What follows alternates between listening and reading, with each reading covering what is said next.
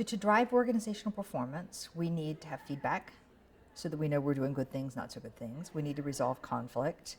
I need to know that you care about me. I need to know that you understand who I am as a person. I need you to be able to listen to me, to give me feedback, to be constructive with me, to help me develop.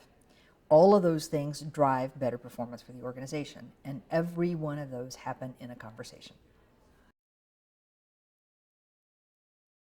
Right, the number one obstacle is mindset. So I come at every conversation with anybody with a series of assumptions, some of which I'm aware of and some of which I'm not aware of. One of my big favorites is this assumption about expertise, meaning I know because I've been here and done that before, I have better facts, I have better information. That assumption limits what I'm going to hear from you and what I'm going to understand from you, as an example.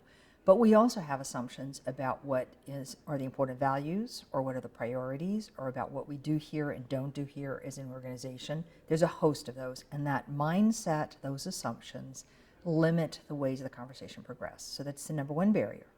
The second barrier, though, is the defensiveness.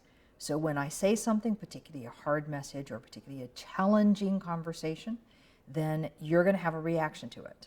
And that reaction is going to create defensiveness in you, such as, that's not right, or you don't have all the facts, or that's not an accurate statement of me.